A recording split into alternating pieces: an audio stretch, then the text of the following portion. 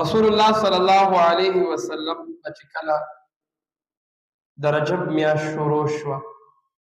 نو دعا به غوښتله چې یا الله په دې رجب د میاشتې او د شعبان په میاشت کې راته برکت واچوي او یا الله رمضان ته مې ورسي ولې رمضان ډېره ولې د برکت میاشت ده د بخښنې میاشت ده د مغفرت میاشت ده او الله تعالی د انسانانو بخښنه او مغفرت کوي شیطانان پکې وتړي د جنت دروازې ورته کولاو کړي او د جهنم دروازې بندې کړي او بندګان وغواړي که نه د الله نه وغواړي چې الله د بخښنه او مغفرت کړي نو الله خوشحالېږي په دې باندې چې زما بندګان زما نه وغواړي او ما ته سجدي وکړي او ما له اعمال وکړي او زما دپاره روژې ونیسي او زما دپاره تلاوت وکړي او دغه رنګې زما دپاره په روژهدارو باندې روژه ماتې وکړي یعنې هر عمل په دې الله ډېر خوشحالېږي چې دا 11 میاشتې د ده نه کمی کوتاهی شوی دی او نو الله رب العزت ته دې په دې میاشت کې متوجه شي او الله ورته ټول ګناهونه معاف کړي نو ډېره لویه عظیمه د برکت میاشت را روانه ده میاشتې ورځې او شپې ټولې د الله تعالی دي او الله پیدا کړي دي خو بعضو میاشتو له الله تعالی فضیلت ورکړی دی چې دا الله وایي دا غورې دا موږ نه وایو نه عربو ویلي دي او نه رسول الله په خپله ویلي دي بلکې الله ویلي دي چې دا میاشت د رمضان دا ډېره غوره میاشت او کو غوروالی الله دې ته ورکړی دی بهتروالی الله دې میاشتې ته ورکړی دی نو د هغې لویه وجه دا ده چې الله رب العزت فرمایي شهر رمضان الذي انزل فيه القرآن چې میاشت د برکت هغه ده چې په کومه کې قرآن نازل شوی دی نو که برکتي ده بهتره ده نو له دې وجې چې د الله کلام په دې کې نازل شوی دی د لوح محفوظ نه بیت العزت ته الله تعالی د رمضان په میاشت کې چې د قرآن نازل کړی دی او بیا د بیت العزت نه په 30 کاله کې وقتاً په وقتاً په رسول الله صلی الله علیه وسلم باندې جبریل علیه السلام اسمان دنیا ته چې د راوړی نو دې میاشتې ته کو فضیلت حاصل دی نو هغه د قرآن د وجې ولې په ټولو کلامونو کې او په ټولو کتابونو کې الله ته خوښ هغه کلام الله دی او قرآن دی ځکه دا د الله رب العزت د خولې وتلی کلام دی او جبریل علیه السلام ته ویلي دي ورشه دا قرآن ووړه او دا خبرې رسول الله مبارک ته ووایه په دې وجه باندې الله ته خپلې خبرې خوښې دي ځکه احمد ابن حنبل رحمت الله علیه دا د فقه یو لوی امام تیر شوی دی نو الله رب العزت سره ځکه د فقه امامانو مو ورسره دومره مرتبې ته رسېدلي وو چې بزرګانو مو عبادات به هم کول نو الله سره په خوب کې ملاقاتونه کېږي د آخره پرې چې وایي اوس الله سره چې ته زه میلاو شم په خوب کې ملاقات وشو زه به دې تپوس کوم چې الله تا ته بنده په څه نږدې کېږي نو خوب ویني ودرې الله سره ملاقات کوي نو الله د په خوب کې تپوس کوي یا الله بنده کوم عمل داسې وکړي چې تا ته نږدې شي نو جواب د الله د طرف نه میلاویږي احمده په قرآن باندې په قرآن تلاوت دې کوي په دې به ما ته بنده ډېر نږدې کېږي نو په خوب کې دې تپوس کوي یا الله که په معنی پوهېږي او که پې نه پوهېږي الله والا په جواب ورکوي که په معنی پوهېږي او که نه پوهېږي خو چې لولي دا بنده به ما ته ډېر نږدې کېږي نو دا میاشت د قرآن میاشت ده رمضان په دې کې قرآن نازل شوی دی جبریل علیه السلام به هر رمضان کې راته او د رسول الله مبارک سره به ته قرآن دور کو نو ډېره لویه عظیمه میاشت ده د برکت میاشت ده او برکت دا نه ده چې مطلب دا د روزي اوږدې دي او نور پکې داسې دغه نه برکت په اعمالو کې دی یعنی موږ اوس یو مونځ وکړو یو فرض ادا کړو نو د هغې ثواب میتسیال موږ یو فرض ولیکلی شي نو چې په دې روژه کې هم د ماسپښینې مونځ کوو الله تعالی مونځ یو دی او الله ثواب د او یو مونځونو راکوي دا برکت دی رسول الله صلی الله علیه وسلم فرمایي چې رمضان داسې د برکت میاشت ده چې انسان پکې نفل ادا کړي الله تعالی ول د فرض ثواب ورکړي یعنی یو کس 2 رکعاته نفل عام حالاتو کې وکړي نو خو بس یو نفل ولیکلی شو نو چې په رمضان کې وکړي الله د هغې ثواب د فرض برابر ورکوي او چې فرض ادا کړي الله تعالی هغه فرض په اویا باندې بدلوي لکه د ماسپښینې مونځ دی او موږ وکړو نو دا په رمضان کې چې دی وکړو لکه چې اویا د ماسپښین مونځونه دی وکړو دا د برکت میاشت نو کوشش به موږ ادا کوو چې د اوس نه ځکه رسول الله صلی الله علیه وسلم فرمایي وایي څوک چې څلوېښت ورځې په تکبیر اوله سره مونځ وکړي دته به 2 فروانې میلاویږي یو به دې منافق نه مري او یو به دې د جهنم نه خلاصېږي جهنم نه به خلاصېږي اوس نه یو عزم وکړو رمضان کې خو مونږ هسې د سحر مونځ هم مونږ ویښ یو مونځ له باجماعت راځو او دغه رنګې چې دونه ماسخوتن هم مونځ کوو یعنې زمونږ مساجد اکثر رمضان کې مسلمانان ټول مونځونه کوي نو چې اوس نه نیت وکړو چې 40 ورځې به انشاءالله زما د اوس نه نیت دا دی چې 40 ورځې به زه کوشش به مې دا وي چې زه به د تکبیر اوله سره مونځ کوم مونځ خو به مونږ هسې هم کوو ټول به کوو خو چې نیت دا وکړو چې 40 ورځې به زه د تکبیر اوله سره مونځ کوم چې امام وایي الله اکبر او زه ورپسې رسته ودرېږم زه وایم الله اکبر یعنې باجماعت مونځ به کوو امامانو پکې ویلي دي یو کس جماعت لاندې کوم دل الله د دې اجر او ثواب ورکوي او بهتره خبره دا ده چې کله امام وایي الله اکبر او تو ورپسې فوري تور ودرېږي وایي الله اکبر نو څوک چې 40 ورځې په تکبیر اوله سره مونځ وکړي الله یې د جهنم نه خلاصوي نو غواړو دا که نه ټول غواړو چې یاره موږ الله د جهنم د عذابونو نه خلاص کړي الله د هغې مطلب عمل وښوه چې ته څه وکړه 40 ورځې په تکبیر الله سره مونځ وکړه د دې نه به خلاص شي منافق به نه مري یعنې د منافق کوم عذاب دی چې الله قرآن کې وایي ان المنافقین فی الدرک الاسفل من النار چې منافقین به د جهنم په لاندې طبقه کې وي نو د هغه کوم عذاب دی نو چې موږ په 40 ورځې په تکبیر الله سره مونځ وکړو او 15 وخته باجماعت سره راځو جماعت ته راځو باجماعت مونځ کوو نو الله دې کې داسې چې کوم ثواب الله رسول الله صلی الله علیه وسلم بیان کړی دی په دې حدیث کې چې هغه الله موږ ته راکړي انشاءالله د ټولو ملګرو به اراده وي که نه چې د اوس نه 40 ورځې به انشاءالله موږ به نیت وکړو الله به موږ له چې موږ دا نیت وکړو 40 ورځې تېرې شي مخکې به الله رب العزت موږ له په دې توفیق راکوي چې با جماعت مونځ وکړو بعضې ټیم ملګري نه چې جماعت قضا شي اکثر مساجد ټول نږدې وي نو کوشش دا پکار دی چې یو ځای دله جمع وشوله نو بل جماعت ته ورشه خو څه وکړه تکبیر اوله مه پرېږده نو رمضان کې چې انشاءالله ملګري د دې اهتمام وکړي رسول الله مبارک چې کله به رمضان شروع کېده نو صحابه کرام لکه سهار له رمضان دی نو صحابه کرام به ماښام ځان ته راجمع کړل ترغیب به ورکړو د دې میاشتې فضیلت به ورته بیانو نو چونکې هغه ترتیب خو مشکل وي له دې وجه علما اکثر اخیری جمعه ځکه بله جمعه په رمضان کې راځي نو اخیری جمعه چې کله راځي نو رسول الله مبارک هغه حدیث د سلمان فارسی رضی الله تعالی عنه هغه حدیث هغه چې دی نو بیانوي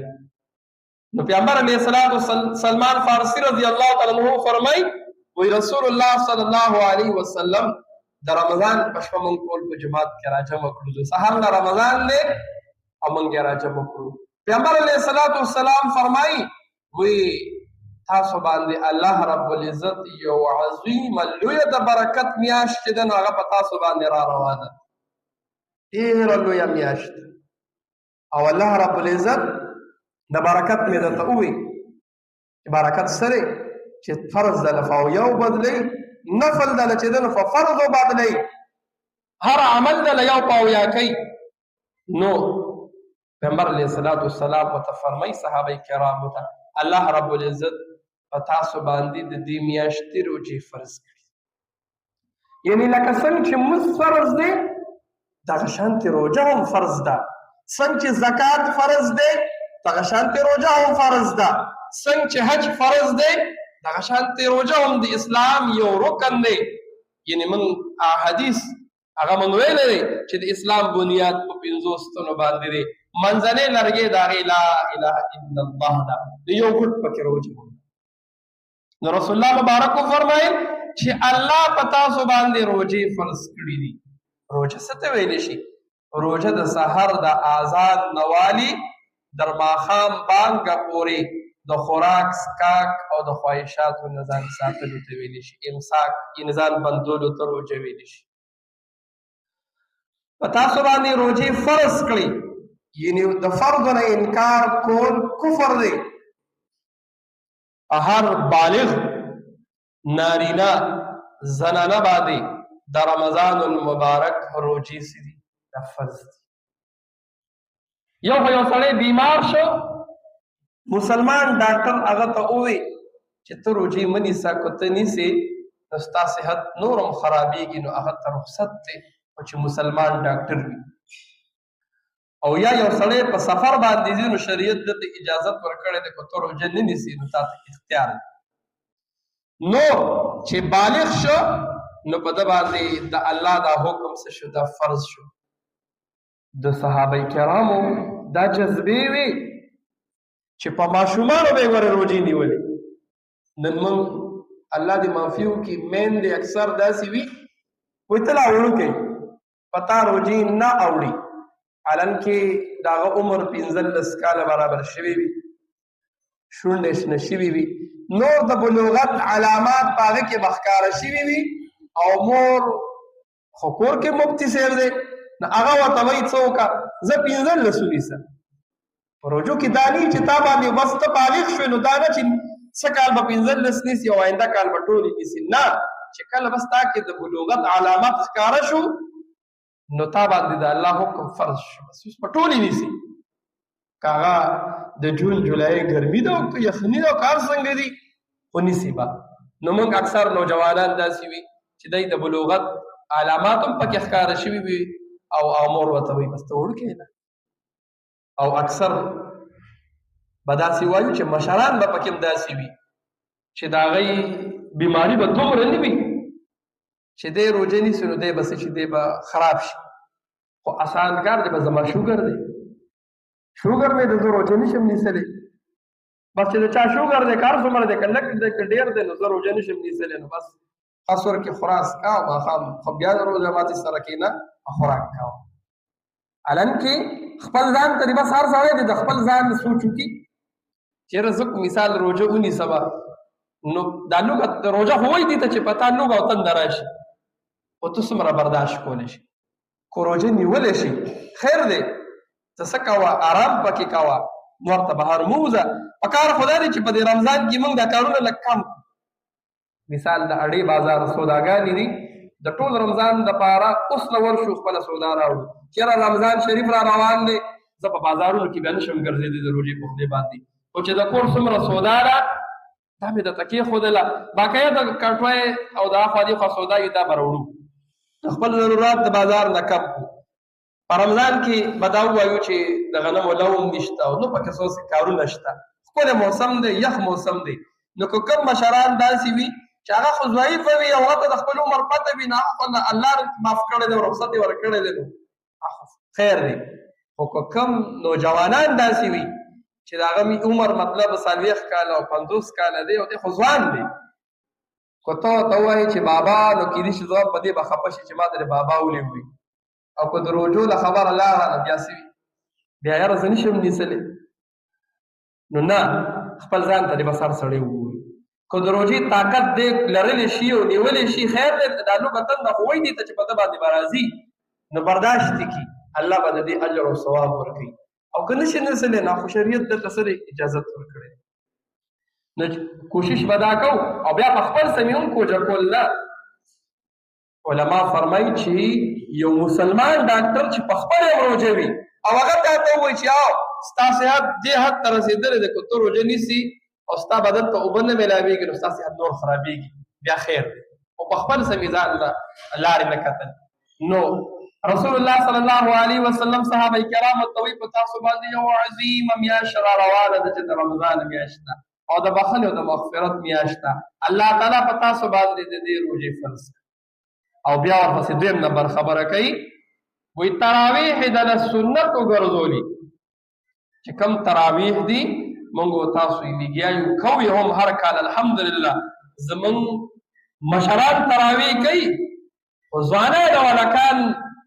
هغه تراویح ته چې د طبیعت خراب وي موږ وینو که نه هر کال کې دا مشران اوږدو تراویح ختم ته ولاړ وي قرآن ته ولاړ وي او ځوانان هلکان مشران هلکان هغوی څه کوي هغوی فرضي لمونځ کوي کور ته هم نه ځي چې موږ به دا ووایو چې دی کور ته ځي د ده څه کار دی د ده څه ضرورت دی د جومات مخې ته په لاره کې په بازار کې په دوکان کې اډکې پراټو خوا کې یو ځای بل ځای کې هغې دپاره ځي خو دا یوه میاشت چې الله وایي ما د بخښنې دپاره پیدا کړل ستاسو ما ته ودرېږه او زما نه وغواړه چې ستا بخښنه وکړمه نو موږ سره دومره ټایم میلو نه شي چې یا الله ستا قرآن ته ودرېږو تا ته ودرېږو تراویح وکړو موږ پکې بیا وایو تراویح سنت دی او خیر دی او فرضي وکړو نو سنتو سره به ګورو نو چې په دې رمضان کې رسول الله مبارک فرمایي چې فرض دله په اویاو بدلی او نفل دله په فرضو بدلی چې دا 20 رکعاته تراویح شي تراویح ځان له سنت دی او قرآن اورېدل پکې ځان له سنت دی موږ تاسو په عبثو کې لګیا یو او دا غم نشته چې زما ټایم ضایع کېږي یو سیکنډ یو لحظه زما قیمتي ده هغه ذره ما نه ځي او موږ تراویح نه کوو نو یو چې کلک عزم وکړو نیت وکړو چې انشاءالله الله صحت هم راکړی دی مال هم راکړی دی یعنې د تراویح په ټایم کې زما د دکان کھلاولو ته هم ضرورت نشته د تراویح په ټایم کې د پټي کارو هم نشته د تراویح په ټایم کې اړې بازار ته تلو ته هم ضرورت نشته نو زه ولې داسې چې د ځان نه کمزوری جوړ کړم چې زما د کلي او زما د معاشرې مشران سپینګیري په لومبي صف کې ولاړ وي او زه چې د نو څه وکړم زه سنت وکړم او ورپسې وتر هم وکړم او بیا لاړ شم چې ټول ځوانان کلک نیت وکړي زموږ طریقه کار به هم دا وي چې موږ به لږ سبق وایو یو نیمه سیباره هېڅ هم نه وي او انشاءالله په مزه مزه به یې وایو یعنی بعضې ټایم اکثر اوس خو الحمدلله مخکې به دا و چې اکثر خلکو به وي هغه جومات کې تیزې تراویح کېږي او دې کې لنډې کېږي نو هغې 15 منټه مخکې خلاصوي زه هلته ځم او دې ته دې سوچ نه کړه چې 15 منټه ته هلته ځي نو په دې لاره باندې خو دې هم ټایم لاړو نو که دا ټایم دې الله له ورکړی وی لږ ودرېدلی به قرآن ترخه به نو په هر مسجد کې تراویح کېږي د یو سړي مجبوري وي ډېر کمزوری وي نو په ناسته اورېدل خو د هغې نه بهتر دي چې ته په بار ولاړې که راشه قرآن ته ودرېږه چې نشي ودرېدی او خپو کې د طاقت نشته نو څه وکړه په ناستې وکړه نو الله دې معافي وکړي موږ د کار دپاره ښه یو موږ د پټي کار دپاره ښه یو د دوکان کار دپاره ښه یو د اډې بازار ته د تلو دپاره ښه یو د غم او د ښادۍ دپاره ښه یو د هر ځای ته رسېدی شو خو که نه یو ښه نو موږ الله ته ودرېدو له موږ کمزوري شو نشو مجبوري به نشو کولی نو پکار دی کورونو کې هم زنانو ته پکار دي چې څومره نوجوانان دي هلکان دي مشران دي ټولو ته وایي چې شاباله بهر وځه ورشه جماعت ته ځان رسوه تراویح وکړه او دی هر چا له سوچ پکار دی نو رسول الله مبارک فرمایي تراویح مې د سنت وګرځولې په دې سره قرآن سره الله ته ځان نږدې کړي قرآن د الله کتاب دی بیا وایي رسول الله مبارک فرمایي وایي دا لوی عظیمه میاشت ده اولنۍ لس ورځې او لس شپې دا حصې چې دی د رحمت دی د الله د طرف نه رحمت په موږ او تاسو په خپلو بندګانو راورېږي رحمت راورېږي موږ ده پراته یو رحمت راورېږي زموږ روژه هغه دغه شان په خوب کې تېرېږي دا چې څوک پکې عبادت نه کوي او خوراک څښاک نه روژه وي نو داسې خو به خر ته هم کورې سړی واچوي او دا د موږي پورې به وتړي یا به ورته کورې واچوي په پټي کې به ګرځي خو څه خوړلی به نه شي نو داسې روژې خو خر هم نیسلی شي روژه خو هغه ده چې ته پکې د ګناه نه ځان وساتې. روژه خو هغه ده چې ته الله ته ودرېږي، روژه خو هغه ده چې ته پکې تراویح وکړې، روژه خو هغه ده چې د غیبت نه ځان وساتې، روژه خو هغه ده چې ماښام روژه ماتې ته کښېنې او زړه دې په دې مطمئن وي چې الحمدلله دا چې څه خورم دا حلال دي. دا به روژه وي که نه؟ په خولې روژه ده، د سترګو روژه نشته. موبایل ته شپې او ورځې ښه آل نیټ پیکج دې کړی دی، یوټیوب او ټیک ټاک او فیسبوک ته ناست وي او سهار نه ماښامه پورې یو شپه تېره شي او آنلاین ګیمونه دي او لډو ده او دغه رنګې چې دی نو بیا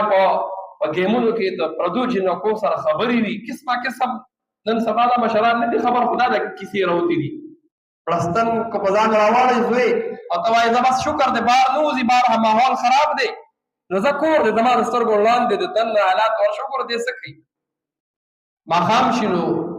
موبایل ته پیسې کوي او هغې باندې جواري روانه ده الوزی یې. څو زموږ د دې کلي بلا کسان دي، ما ته یو څو کسان وښولې دا پلانکي نن شپه کې 20,000 بایلې، نن یې 12,000 بایلې او نن یې 15,000 بایلې. او موږ وایو موږ خو کېږو نه. په دې شیزونو باندې دا نوجوانان راخوشي دي. نو هغه روژه به څه روژه وي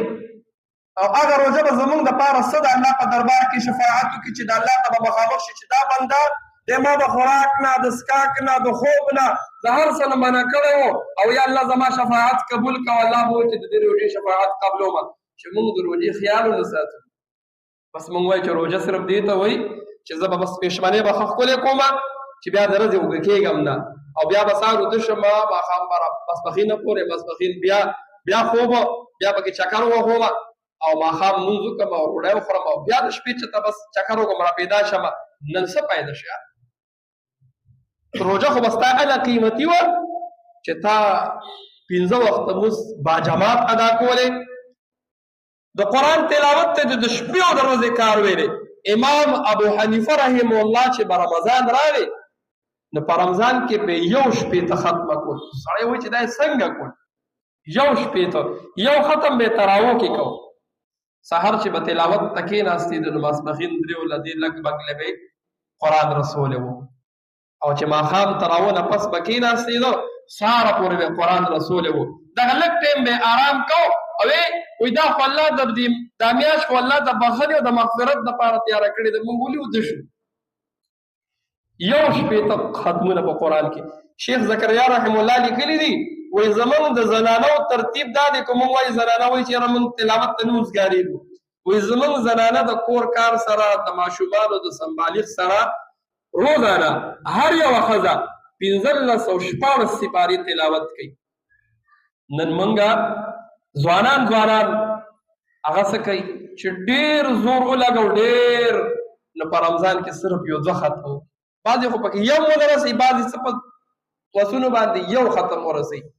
زموږ دپاره ډېر د بېغیرتوب خبره نه ده چې دا میاشت الله موږ له پیدا کړه چې ته پکې تلاوت وکړه، ته پکې نوافل وکړه، ته پکې تهجد وکړه، خپلې روژه ونیسه، په خلکو له روژه ماتې ورکړه او موږ څه کړو د هغې په مقابله کې موږ لاړو د الله کلام لاړو ټایم ورنه کړو. بس ودو یو کار پکې وکړئ زما تاسو سره به بلکل فارغ ټایم میلو شي چې کوم موبایل والا دي لوی موبایل او غټو موبایل والا دا موبایل لږ د میاشتې له لږ سایډ ته کوي پیکټ یې سیټ ته کوي پیکټ ورته مه کوئ تاسو به فارغ یې بس موبایل تلاوت ته به فارغ یې نو کوم موبایل در سره و نو شیطان دومره وسوسې چې ټایم به درله ضایع کوي نو یو کوشش موږ دا وکړو چې دا موبایل نه څه شو لږ سایډ ته شو نو موږ ته به ټایم میلو شي تلاوت پکې اهتمام وکړو انشاءالله د رمضان چې څومره مثال مسائل دي او دغه رنګې نورې خبرې دي فضایل دي دا به آینده جمعو کې وایو اخیری خبر رسول الله مبارک وایي د 4 خبرو پکې ډېر کار کوي ډېرې کوي وایي 2 د الله لپاره دي وایي د 2 نه بغیر ستاسو خلاصۍ نشته وایي د الله لپاره دا دي چې د کلمې طیبې د استغفار پکې ډېر وایي بس چې فارغ ټایم درته میلاویږي اول خو تلاوت په خبره شته ده او که تلاوت نه فارغ شوي نو تسبیح ځان له پیدا کا هغې باندې الله وایه لا اله الا الله وایه استغفر الله وایه استغفر الله وایه او رسول الله مبارک فرمایي وایي د 2 خبرو نه خو ستاسو اړو خلاصۍ نشته وایي د الله نه دعا کوئ د جنت غواړئ د الله نه او بله خبره ده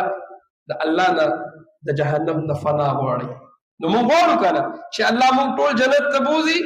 او د جهنم نه فنا غواړو چې د جهنم عذابونه را الله را نکي نو غواړو خو به غواړو کنه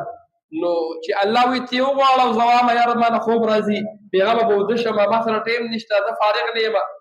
نو داسې مونږ هم چې زمونږ نه څوک غواړي نه نو مونږ چاته خپل سمې وایي چې راشه لکه تعالی دا پیسې در کوم تعالی تاسیس در کومه چې یو کس راته ووایي یار زما دې شي څه ضرورت دی نو مونږ وایي یاره زما خو دا کېږي الله سره خو کمې نشته او مونږ وایي زموږ دا واله نو کوشش به کوو که نه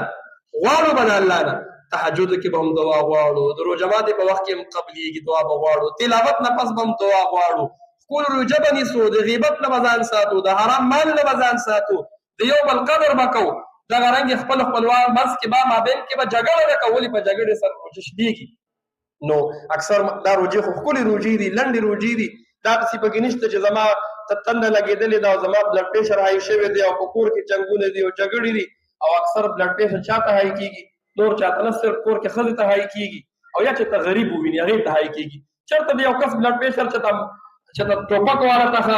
ونښتېده چېرته د بلډ پریشر چې ته ستا نه یو کس ضرور وي هغې ته ونښتېده خو که ورځي نو یا کور کې په ښځه ورځي هغه غږ نه شي کولی زما بله لار نشته په دې رمضان کې به لږه ګزاره کوم د خپل روژې ته چې زما روژه خرابه نه شي کوم به که نه الله دې د عمل کولو توفیق را نصیب کړي